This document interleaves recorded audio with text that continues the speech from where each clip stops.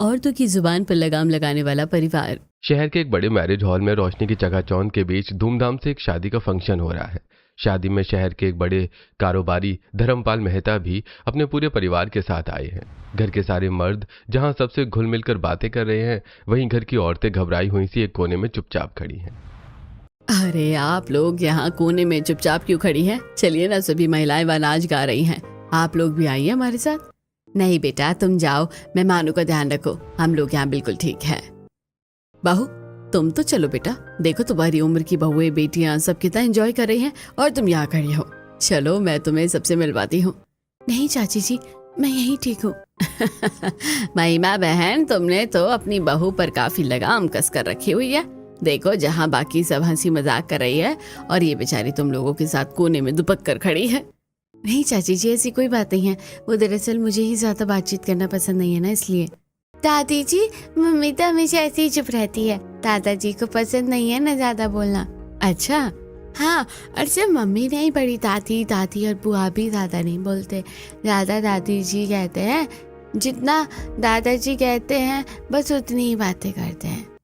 अच्छा, लेकिन क्यों ऐसा? दादाजी को ज्यादा बात करना पसंद क्यों नहीं है? हाँ बताओ बेटा, इसलिए ये सब इतनी चुप नजर आ रही है ना? अरे आप भी किससे बात करने लगी हैं? ये तो बच्ची है बेचारी, भला इसे घर की बातों की क्या ही समझ है, जो मुंह में आता है कह देती है। आप झूठ क्यों बोल रही हो बड़ी दादी जी? बड़े दादाजी कहते हैं ना कि घर की औरतों को अपनी जुबान पर लगाम रखना चाहिए, तभी गृहस्थी अच्छे से चलती है, वरना औरतें तो झगड़े पर उतर आती हैं। अच्छा ऐसी बात है क्या? बहन जी, हम तो आपके परिवार को एक आदर्श परिवार समझते थे। हाँ, और आपके घर के मर्द औरतों के बारे में ऐसा सोचते हैं, हमें तो अंदाजा भी नहीं था।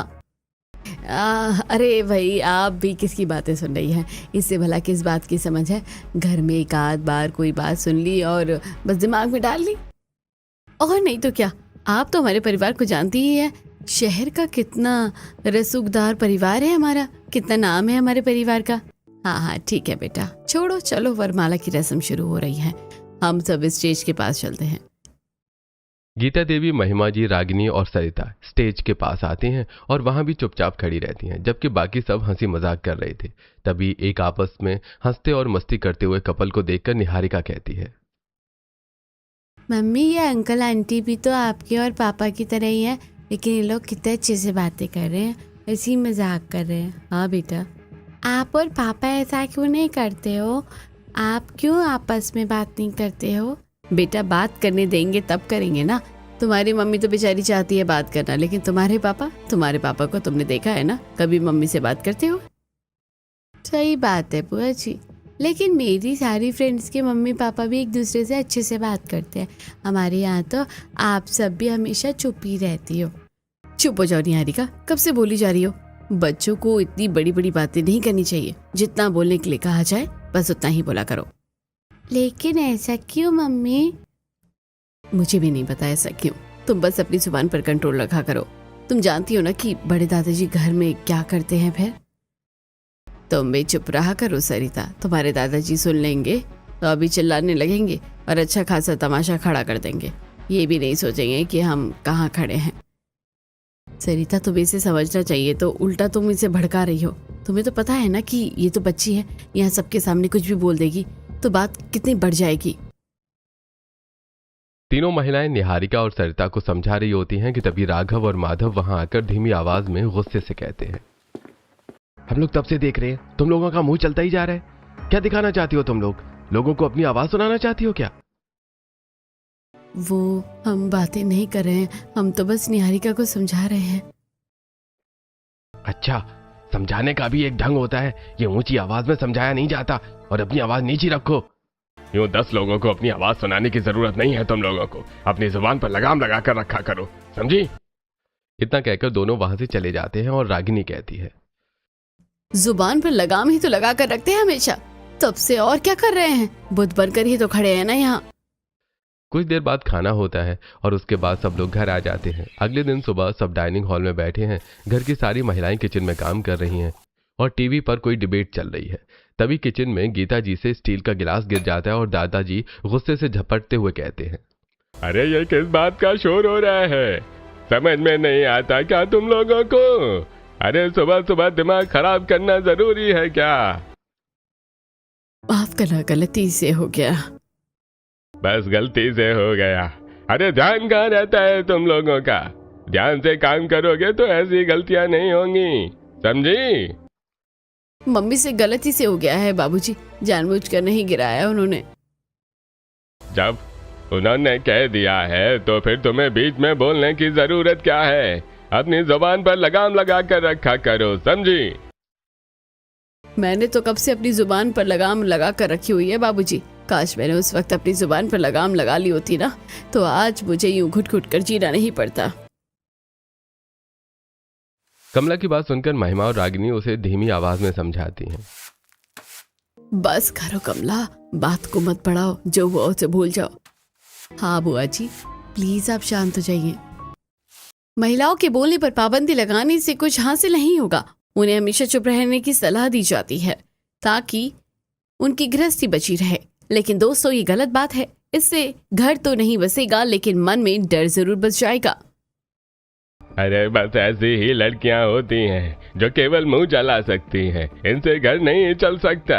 मुझे ऐसी लड़कियों से सख्त नफरत हो गई है जो बस बोलना जानती हो।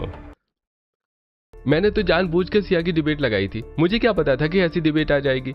दादाजी को तो सिया से नफरत है, अभी बात करूंगा तो बात पूरी तरह से बिगड़ जाएगी। कुछ देर में नाश्ता लगता है और सभी लोग नाश्ते की टेबल पर आते हैं। औरतें चुपचाप खाती हैं, लेकिन मर्द रोज की तरह खाने में कमियां निकालते हैं। पराठे करने वाला मुंह में डालते ही राघव कहते हैं, अरे ये कैसा पराठा बनाया है आज? नमक के अलावा और कोई भी स्वाद नहीं है इसमें। आलू के पराठे में नमक ज्यादा डाल दिया और चटनी में नमक ही नहीं है, हद है भाई। अरे इस घर की औरतों को आज तक ढंग का खाना बनाना नहीं आया है। पता नहीं दिमाग कहाँ रहता है, शायद हमारा नसीब ही खराब है। इतनी बातें सुनकर भी महिलाएं अपनी सफाई में कुछ नहीं कहती, क्योंकि उन्हें इतनी भी इजाजत नहीं होती। वो चुपचाप मुंह नीचे करके सबकी बातें सुनते हुए खाना खाती हैं। नाश्ते के बाद सरिता करण से कहती है, भैया आज आप मुझे कॉलेज तक छोड़ दोगे प्लीज? मुझे बहुत देर हो गई है आज। देर कब नहीं होती है तुझे? ठीक है, तैयार होकर राजा, मैं छोड़ दूंगा। सरिता को कॉलेज में छोड़कर करण सिया से मिलने चला जाता है। सिया और करण 3 साल से एक दूसरे को पसंद करते थे और शादी करना चाहते थे। सिया से मिलकर करण कहता है, सिया आज मैंने सोचा था कि मैं अपने घर में हमारे रिश्ते की बात करूंगा। अच्छा, फिर की तुमने बात? कहाँ कर पाया, सुबह टीवी पर तुम्हारी डिबेट का प्रोग्राम देखकर तो दादाजी एकदम से भड़क गए। क्यों, ऐसा क्या था उस डिबेट में? बल्कि आज का टॉपिक तो काफी अच्छा था। हाँ, लेकिन दादाजी गुस्सा होते हुए कह रहे थे कि कितना बोलती है ये लड़की। अजीब बात है, लोग तो मुझे मेरी बातों की वजह से ही अप्रिशिएट करते हैं, और तुम कह रहे हो कि तुम्हारे दादाजी को मेरा बोलना अच्छा नहीं लगा। आखिर क्यों? देखो सिया, ये सब मैं तुम्हें अभी नहीं बता सकता हूँ, लेकिन मेरे दादाजी और पापा जरा कंजर्वेटिव माइंडसेट के हैं। सिया, मैं तुमसे एक बात कहूँ? हाँ हाँ कहो ना कारण। तुम मुझसे प्यार करती हो ना? ये कैसे सवाल है करण? मैं तुमसे प्यार करती हूँ, इसलिए मैं तुमसे मिलने आई हूँ ना। बोलो क्या बात है? वो सिया, हम दोनों ना मंदिर में शादी कर लेते हैं। हम तुम्हारे मम्मी पापा को बता देंगे। ऐसा क्यों करण? तुम मंदिर में शादी क्यों नहीं करना चाहते हो? अपने घर में कुछ नहीं बताओगे क्या? वो सिया देखो, तुम्हारे प्रोफेशन के कारण मेरे घर के मर्द कभी हमारे रिश्ते के लिए हाँ नहीं करेंगे। एक बार शादी हो जाए तो बाद में वो कुछ नहीं कर पाएंगे। ये कौन सी बात हुई करण?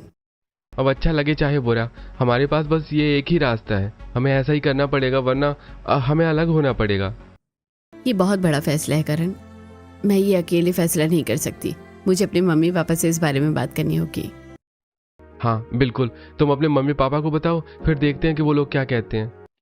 सिया परेशान हो जाती है और अपने घर आकर अपने मम्मी पापा से इस बारे में सलाह मशवरा करती है। दीपा और सुरेश जी को पूरी बात समझाकर सिया कहती है, अब आप लोग ही बताइए मुझे क्या करना चाहिए। बेटा तुम खुद इस बात का फैसला करो, हमें तुम और तुम्हारी समझदारी पर पूरा भरोसा है। बेटा तुम जो फैसला करोगी सही करोगी, हम तुम्हारे फैसले के साथ हैं। पहले भी हमने तुम्हारा साथ दिया था और अब भी देंगे। पापा मम्मी, मुझे करण के परिवार वालों के बारे में ज़्यादा जानकारी नहीं है। मुझे पता ही नहीं है कि मैं वहाँ कैसे रहूँगी, लेकिन मैं करण से बहुत प्यार करती हूँ और उसके अलावा और किसी के बारे में सोच भी नहीं सकती हूँ। तो फिर ठीक है, तुम लोग करण जैसे कह रहा है वैसा ही करो, हमें कोई दिक्कत नहीं है। सिया चहकते हुए करण को फोन करती है और उसे सारी बात बताती है। करण, मेरे मम्मी पापा ने तो हाँ कर दी है, बस अब कोई प्रॉब्लम नहीं है, हम कल ही मंदिर में शादी कर लेते हैं। अरे ग्रेट, ठीक है, तो फिर मैं सारी व्यवस्था करता हूँ, तुम ठीक समय पर अंकल आंटी के साथ मंदिर आ जाना। अगले दिन सिया दुल्हन की तरह सजकर अपने मम्मी पापा के साथ मंदिर आती है, जहाँ करण पूरी तैयारियों के साथ उसका इंतजार कर रहा होता है। पंडित जी पूरे रीति रिवाज के साथ दोनों की शादी करवाते हैं। हमेशा खुश रहो बेटा। करण, अब हमारी सिया को संभालने की जिम्मेदारी तुम्हारी है। करण, तुम दोनों की शादी ऐसे हालात में हो रही है कि अब तुम्हें सिया का ज्यादा ध्यान रखना होगा। अंकल आंटी आप बिल्कुल बेफिक्र रहिए, फिक्र मत कीजिए, मैं सिया को हमेशा खुश रखूंगा। सिया और करण घर आने के लिए रवाना हो जाते हैं। दोपहर के समय होता है, निवास के सामने गाड़ी रुकती है और उसकी आवाज से सब सोच में पड़ जाते हैं। अरे इस समय कौन आ गया? कोई आने वाला था क्या? नहीं तो आज तो कोई नहीं आने वाला था पापा, हो सकता है शायद कोई गेस्ट होंगे। हाँ, शायद कोई गलती से आ गया होगा, देखते हैं। सब वापस आकर हॉल में बैठ जाते हैं और तभी दरवाजे की बेल बजती है और घर में काम करने वाला मुरली दरवाजा खोलता है। सामने करण और दुल्हन की तरह सजी सिया को देखकर वो हैरान रह जाता है। अंदर से धर्मपाल जी की कड़कती आवाज आती है। अरे कौन आया है मुरली? कौन है दरवाजे पर? जी वो करण भैया आए हैं बाबूजी। अरे तो मेहमान बनकर दरवाजे पर क्यों खड़ा है? अंदर क्यों नहीं आ रहा है? जी वो ये जीजी वो क्या लगा कर रखा हुआ है? सीधे से बताता क्यों नहीं है? हट, मैं ही देखता हूँ। माधव दरवाजे पर आता है और दूल्हा दुल्हन के कपड़ों में सजे करण और सिया को देखकर वो भी हैरान रह जाता है और तुरंत अंदर जाकर सबको बुलाकर लाता है। उसे देखकर राघव गुस्से से लाल होते हुए कहते हैं, ये क्या हुलिया बनाकर रखा है तुमने? तुम्हारे साथ ये लड़की कौन है? तुमने इसका हाथ क्यों पकड़ कर रखा है? अरे क्या मांझ रहा है ये? अरे ये तुम दूल्हा दुल्हन की तरह क्यों आए हो? ये सिया है दादाजी, और मैंने और सिया ने शादी कर ली है। एक मिनट, अरे ये तो वही टीवी वाली लड़की है जो उस दिन महिलाओं के बोलने की तरफदारी कर रही थी। तुमने इससे शादी कर ली? हाँ दादाजी, मैं सिया से बहुत प्यार करता हूँ। दादाजी मुझे पता था कि आप लोग इस शादी के लिए कभी नहीं मानेंगे, इसलिए मैंने चुपचाप से शादी कर ली। तुमने चुपचाप से शादी कर ली? इतना बड़ा कदम उठाने से पहले सोचा तक नहीं? शर्म नहीं आती तुम्हें? करण और सिया अभी भी दरवाजे के बाहर ही खड़े थे और उनके सामने खड़े धर्मपाल जी, राघव और माधव उनसे सवाल पर सवाल पूछ रहे थे। सिया सबकी बातें सिर झुकाकर सुन रही थी। घर की सभी महिलाएं पीछे खड़ी ये सब देख रही थी। तभी भी दादी जी हिम्मत जुटाकर कहती हैं, देखो, अब जो हुआ सो हुआ, शादी तो हो ही गई है ना। अब यूं घर के बाहर तमाशा लगाने का क्या ही मतलब है। वो अब इस घर की बहू है, उसे गृह प्रवेश करके अंदर आने दो। अरे ठीक है, लेकिन तुम्हें इस घर में रहना है तो हमारी 2 शर्तें हैं जो तुम्हें माननी होंगी। पहली ये कि इस घर की औरतें ज्यादा बात नहीं करती हैं और ऊंची आवाज में तो बिल्कुल नहीं बोलती। जी। और घर की बातें कभी बाहर नहीं करती हैं, ना ही घर के हर मामले में दखल अंदाजी करती हैं। हमें संस्कारी लड़कियां पसंद हैं। हमारे घर की औरतें कोई भी मसला हो, चाहे वो घरेलू हो या कारोबार से जुड़ा हो, किसी भी मामले में बहसबाजी नहीं करती। तुम्हें भी अपनी जबान पर लगाम लगा कर रखनी होगी। ये सब सुनकर सिया को काफी अजीब सा लगता है। उसके उतरे हुए चेहरे को देखकर करण उसका हाथ पकड़ लेता है और धीरे से कहता है, कोई बात नहीं, घबराओ मत, सब ठीक हो जाएगा। इस तरह गृह प्रवेश करके सिया घर के अंदर आती है। रागिनी उसे उसके कमरे में छोड़ने आती है और उसका हाथ अपने हाथ में लेकर प्यार से कहती है, सिया, मैंने तुम्हें कई बार टीवी में देखा है। तुम तो कितनी पढ़ी लिखी और कॉन्फिडेंट लड़की हो। तुम क्यों ऐसे घर में आ गई? क्या बात है भाभी, आप खोलकर बताइए ना मुझे। हम तो यहाँ घुट घुट कर मर रहे हैं, तुम्हें भी ऐसे ही मरना है क्या यहाँ? मतलब भाभी, अभी नीचे तुम्हें इतनी सारी बात कही गई, तुम्हें कुछ समझ नहीं आया क्या? यहाँ औरतों को अपने मन से कुछ भी बोलने का हक नहीं है। यहाँ वही बोलना है जो इस घर के मर्द चाहेंगे। सिया चुपचाप सुनती रहती है। ये सब उसके लिए एक अलग ही तरह का एक्सपीरियंस था, क्योंकि उसके घर के और यहाँ के माहौल में काफी फर्क था। दिन भर सोचने के बाद वो रात को करण से इस बारे में बात करती है। करण, तुमने मुझे दादाजी के स्वभाव के बारे में आइडिया दिया था, लेकिन वो तो इससे भी ज्यादा कड़क निकले। मैं तो उनकी बातों से हैरान रह गई। हाँ सिया, वो ऐसे ही है, अब क्या किया जा सकता है, तुम इतना मत सोचो। करण, मुझे तो लगा था कि वो केवल घर की बहुओं के मामले में स्ट्रिक्ट है, लेकिन वो तो सभी औरतों को एक जैसा ट्रीट करते हैं। बुआ जी, सरिता और निहारिका भी कितनी सहमी सी खड़ी थी, जबकि वो तो इस घर की बेटियां हैं। तुम सही कह रही हो सिया, बहू या बेटी सबके लिए समान ही सोच है उनकी। क्या दादाजी हमेशा से ही ऐसे ही थे करण? ऐसे ही चिल्लाना, गुस्सा होना और औरतों के मामले में इतनी कठोरता दिखाना कि उनसे बोलने का हक ही छीन लिया उन्होंने? नहीं सिया, दादाजी हमेशा से ऐसे नहीं थे, बल्कि मम्मी और दादी जी तो कहती हैं कि वो बहुत अच्छे थे, पूरा गांव उन्हें बहुत मानता था। अच्छा, फिर ऐसा क्या हो गया करण? हाँ सिया, उस समय हम गांव में रहते थे और दादाजी को गांव का सबसे अच्छा और समझदार इंसान माना जाता था, लेकिन क्या करण? आगे बताओ ना मुझे, प्लीज, मुझे जानना है सब। लेकिन एक ऐसा हादसा हो गया जिसके बाद उनकी सोच हमेशा हमेशा के लिए बदल गई सिया। मुझे बताओ करण, मुझे सुनना है। मैं जानना चाहती हूँ कि दादाजी के कठोर होने के पीछे आखिर क्या वजह है। ये उस समय की बात है जब पापा और बुआ की शादी नहीं हुई थी। दादाजी की सोच जमाने से कहीं आगे थी, वो तो लड़कियों के पढ़ने लिखने और आगे बढ़ने पर जोर देते थे। हाँ करण, ऐसे थे दादाजी? हाँ चलो मैं बताता हूँ कि क्या हुआ था। दोस्तों, हमारी बेटियां भी हमारा भविष्य बन सकती हैं। आजकल बेटियों को पढ़ा लिखा कर हम उन्हें मजबूत बना सकते हैं। हमें उन्हें अपनी बात खुलकर कहने का मौका देना चाहिए। अरे भाई, कलेक्टर बनाना है क्या लड़कियों को पढ़ा लिखा कर? आगे चूल्हा चौका ही सबसे जरूरी काम है लड़कियों के लिए, पढ़ाई लिखाई से कुछ नहीं होता, हमें मत सिखाओ तुम। मुझे पता है कि तुम सबकी सोच नहीं बदलेगी, लेकिन मैं तो अपनी कमला को खूब पढ़ाऊंगा लिखाऊंगा ताकि वो खुलकर अपने विचार रख सके, अपनी बात बोल सके। धर्मपाल जी गांव के खिलाफ जाकर कमला को शहर भेजकर खूब पढ़ाते हैं। नियत समय पर कमला की शादी होती है और वो ससुराल आ जाती है, लेकिन शादी के कुछ महीनों के बाद ही कमला के ऊपर गलत इल्जाम लगने लगते हैं। अरे बदचलन है तुम्हारी बेटी, इसे अपने पास ही रखो, मुझे ऐसी बीवी नहीं चाहिए। इसकी जुबान जरा ही चलती है। हमने तो आज तक अपने बेटे को कुछ नहीं कहा, ये तो उससे लड़ाई तक कर लेती है। चक्कर चल रहा है इसका किसी के साथ। बाबूजी, ये लोग सब झूठ बोल रहे हैं, मुझ पर लांछन लगा रहे हैं कि मेरा किसी के साथ संबंध है।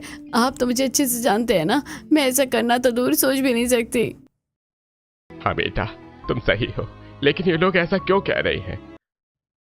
मैं गलत बात का विरोध करती हूँ ना, इसलिए ऐसा कह रही हूँ बाबूजी। लेकिन मैं ऐसे चुप नहीं बैठूंगी बाबूजी। मेरे चरित्र पर जितने छींटे उड़ाए हैं, मैं उन सब का हिसाब लूंगी। मैं पंचायत में जाऊंगी। कुछ दिन बाद गांव में पंचायत बैठती है और कमला बेबाकी से खुलकर अपने विचार रखती है और ससुराल वालों को खूब खरी खोटी सुनाती है। नतीजा तो कुछ नहीं निकलता, लेकिन ये देखकर गांव वाले लड़के वालों की बजाय कमला के लिए बातें बनाकर धर्मपाल को सुनाते हैं। अरे भाई देखा धर्मपाल, पंचों के सामने तुम्हारी बेटी कैसे जुबान चला रही थी, ऐसे ही ससुराल में भी इसकी जुबान कैंची की तरह चलती होगी। अरे देख लिया, पढ़ाई लिखाई करके इसने सिर्फ मुंह चलाना सीखा है शायद। कौन से ससुराल वाले बर्दाश्त करेंगे ऐसी लड़की को? और पढ़ाओ लड़की को। अरे अच्छा है हमने तुम्हारे कहने पर अपनी बेटियों को ज्यादा पढ़ाया लिखाया नहीं, तभी तो उनकी जुबान पर लगाम है, वरना वो भी ऐसे ही कमला की तरह मायके में आकर बैठ जाती। कमला बुआ के पति ने ना तो उन्हें डिवोर्स दिया और ना ही अपने घर में रखा, तब से वो यहीं पर हैं। दादाजी को यही लगने लगा कि ये सब कमला बुआ की जबान चलाने के कारण हुआ है। अच्छा, तो इसलिए वो ऐसे हैं? हाँ, और तभी से उन्होंने ये फैसला कर लिया कि अब वो कभी अपने घर की किसी औरत को ज्यादा बोलने नहीं देंगे, ताकि और किसी का घर न टूटे। लेकिन करण, जब उन्होंने एक बार अपनी बेटी को जमाने के खिलाफ जाकर इतना बड़ा मौका दिया, तो उसकी बात को समझने की कोशिश तो करना चाहिए था ना। अब सो जाओ सिया, इस पर हम ज्यादा बात नहीं कर सकते। अगले दिन सिया की पहली रसोई की रस्म होती है और वो सबके लिए बाकी खाने के साथ साथ खीर भी बनाती है। घर के सब मर्द खा रहे होते हैं तो सिया उनसे चहक कर पूछती है, खीर कैसी बनी है दादाजी? बताइए ना दादाजी, चखिए तो सही। अरे ये कैसी बात कर रही हो तुम बहू? कल तुम्हें बताया था ना कि यहाँ ऊंची आवाज में और ज्यादा बात करना मना है, समझ में नहीं आया क्या तुम्हें? दादाजी, मुझे आपसे एक और बात पूछनी थी।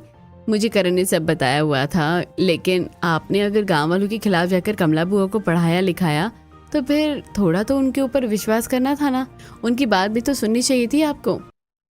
तुम्हें किसने कहा इस मामले में दखल अंदाजी करने को?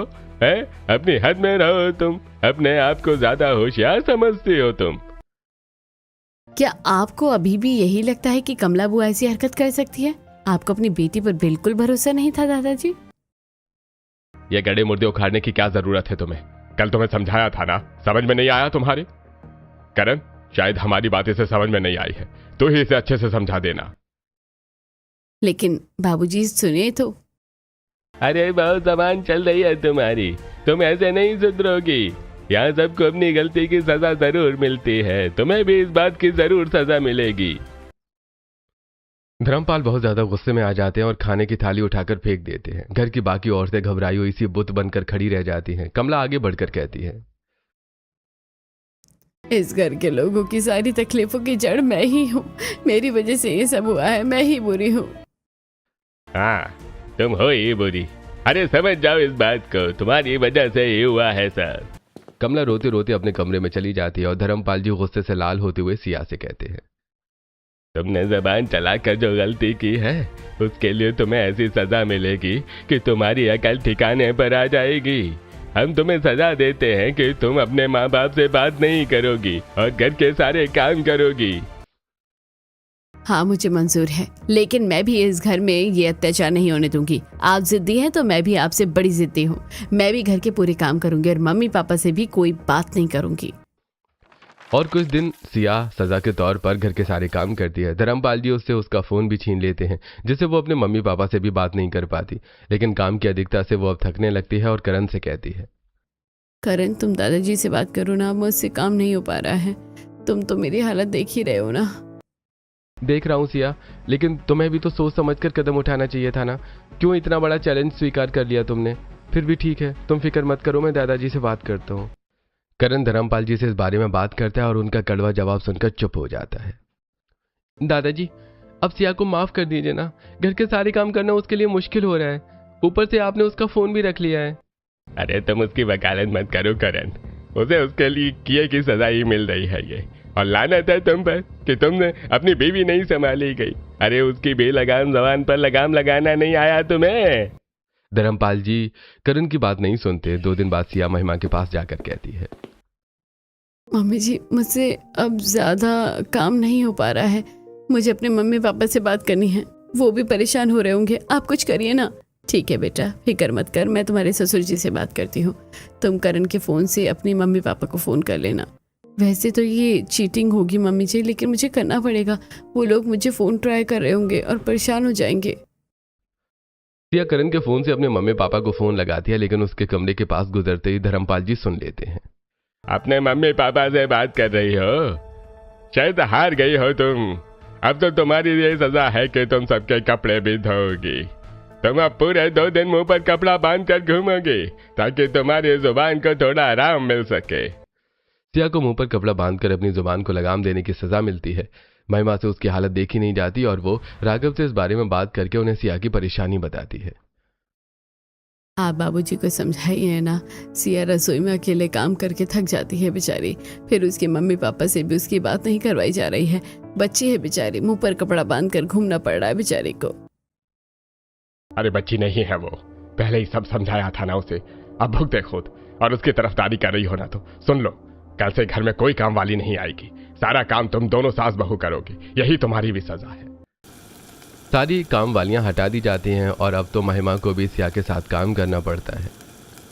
माफ करना मम्मी जी, मेरी वजह से आपको भी काम करना पड़ रहा है। कोई बात नहीं बेटा, कुछ दिन की बात है। एक बार उनका गुस्सा उतर जाएगा तो सब ठीक हो जाएगा। लेकिन कमजोरी के कारण 2 दिन में ही महिमा की तबीयत खराब हो जाती है और डॉक्टर को बुलाया जाता है।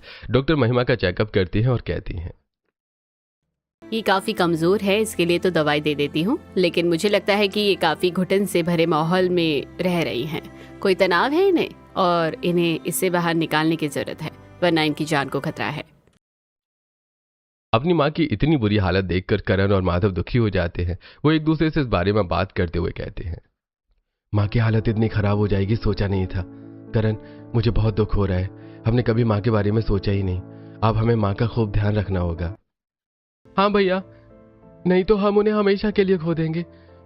फिर जिंदगी भर इसी पछतावे की आग में जलते रहेंगे कि हमने माँ के लिए कुछ किया क्यों नहीं। करण और माधव महिमा का खूब ध्यान रखते हैं और उनकी तबीयत में सुधार थोड़ा आ जाता है। एक दिन धर्मपाल के पास कोई मिलने आता है और उनके जाते ही वो सब पर बरसने लगते हैं। अरे निहारिका कहाँ है? बुलाओ उसे, अभी के अभी बुलाओ। क्या हुआ दादाजी, निहारिका ने कुछ किया क्या? क्या हुआ है पूछ रही हो? अरे तुम्हारी लड़की ने समाज में मेरी नाक काट दी। उस दिन शादी में उस बड़बोली ने मेरी खूब बुराई की थी ना, कि मैं घर की औरतों पर जुल्म करता हूँ, उन्हें बोलने नहीं देता। बच्ची है बेचारी, इसे हमने समझाया था तो समझ गई थी। अब तो कितनी पुरानी बात हो गई है, माफ भी कर दीजिए। इसे और माफ कर दूं? अरे मैं तो इसे सजा देने वाला हूँ, इसके मुंह पर पट्टी लगाकर, ताकि ज्यादा बोलना हमेशा के लिए भूल जाए। इसके बाद इसे ये सजा हमेशा याद रहेगी और इसकी जुबान पर लगाम रहेगी। ये कैसी सजा है दादाजी? मेरी फूल सी बच्ची है बेचारी, उसके साथ ऐसा जुल्म मत कीजिए, मैं उसे समझा दूंगी। समझाया होता तो कब के समझा चुकी होती। और अब इसके साथ तुम भी सजा भुगतोगी। तुम्हारे मुंह पर भी पट्टी बनेगी और तुम कड़ी धूप में छत पर बैठकर पापड़ बनाओगी। ये तो सही नहीं है दादाजी, इतनी सी बात की इतनी बड़ी सजा क्यों दे रहे हैं आप? हाँ, दे रहा हूँ, ताकि आगे इस तरह की गलती ना हो, और जब तुम्हारी सजा चलेगी तब तुम्हारी बेटी को देख नहीं पाओगी। ऐसा मत कीजिए, बेचारी बच्ची का तो सोचिए, दोनों बीमार पड़ जाएंगी। इसी तरह महिमा और सिया भी समझाती हैं, लेकिन समझने के बजाय धर्मपाल जी उन्हें भी सजा सुना देते हैं। तो अब तुम सब सारी औरतें तरफदारी पर उतर आई हो ना, तो अब तुम सब सजा भुगतोगी। जाओ, रागिनी के साथ छत पर पापड़ बनाओ। धर्मपाल के कहने पर निहारिका और रागिनी के मुंह पर भी पट्टी बांध दी जाती है। निहारिका को एक कमरे में बंद करके रागिनी और बाकी सबको छत पर पापड़ बनाने के लिए जाना पड़ता है।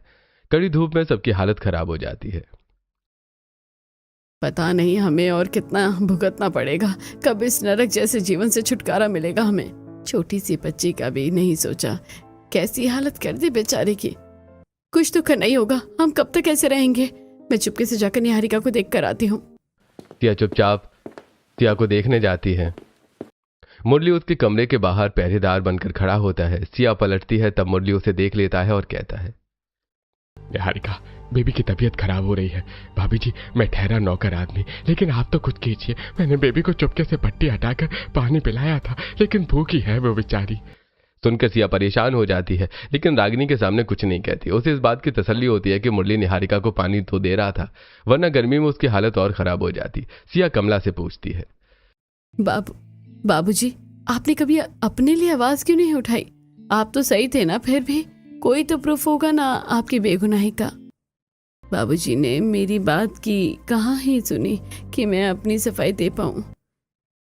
वैसे मेरे पास सबूत के तौर पर बस मेरे ससुराल में पड़ोस में रहने वाली मेरी सहेली माया है, जो सबको सच बता सकती है। इधर निहारिका की तबीयत खराब होती जाती है और रागिनी का बेटा शुभम अपनी माँ और छोटी बहन की हालत देखकर परेशान होकर रोने लगता है। शुभम धर्मपाल जी का चहेता था। उसे रोता देखकर धर्मपाल जी उसे पुचकारते हुए पूछते हैं, अरे क्या हुआ मेरे राजा बेटा को? किसने परेशान किया? बताओ, हम उसको खूब मारेंगे। आपने ही परेशान किया है मुझे बड़े दादाजी। अरे वो कैसे बेटा? आप मुझे मेरी मम्मी से मिलने नहीं दे रहे हैं, उनसे काम करवा रहे हैं, और मेरी छोटी बहन को भी आपने कितनी बुरी सजा दी है।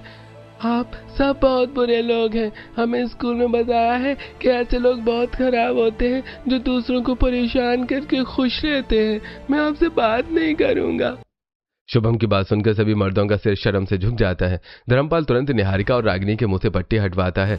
इधर किसी तरह घर वालों से बचकर कमला सिया को अपनी पड़ोसन माया के घर लेकर जाती है। माया सिया को सारी हकीकत बताती है और सिया उसे लेकर मेहता निवास में आती है। दादाजी, ये माया बुआ है, कमला बुआ के ससुराल में उनके पड़ोस में रहती हैं। ये आपको अपने मुंह से सारी हकीकत बताएगी। बाबूजी, कमला की कोई गलती नहीं है, फिर भी बेचारी ने इतने साल सजा भुगती है। इसका पति ही नालायक था, कितनी तो औरतों को फंसा कर रखा था उसने। अरे क्या कह रही हो तुम? मैं बिल्कुल सच कह रही हूँ बाबूजी। कमला को उसका पति शराब पीकर खूब परेशान करता था, मारता था, पीटता था। पूरे मोहल्ले को पता है ये बात, लेकिन उस नीच के डर से कोई सामने नहीं आया बताने को। मैं भी अपने बच्चों का सोचकर डर गई थी। कमला, मुझे माफ कर दे बेटी, मुझसे बहुत बड़ी गलती हो गई। सच में गलती हो गई है बाबूजी हम सबसे। बेचारी कमला का पक्ष लेने वाला कोई नहीं था और उसने खुद का पक्ष लेते हुए अपनी बात कही तो आपने ही उसकी जुबान बंद कर दी। सबकी आंखों में पछतावे के आंसू आ जाते हैं। सिया कहती है, आपको बस कमला बुआ की जुबान दिखाई थी, उनका दर्द नहीं दिखा। आप कहते हैं कि औरतों की जुबान चलाने से परिवार खराब होता है, लेकिन कमला बुआ का कौन सा परिवार था, उनका तो सब कुछ छिन गया था। मुझे मेरी गलती का एहसास हो गया है। मैं अपने रास्ते से भटक गया था। अब मैं फिर से वही 30 साल पहले वाला धर्मपाल बनूंगा और औरतों की शिक्षा के लिए काम करूंगा ताकि वो अपना पक्ष खुलकर रख सके।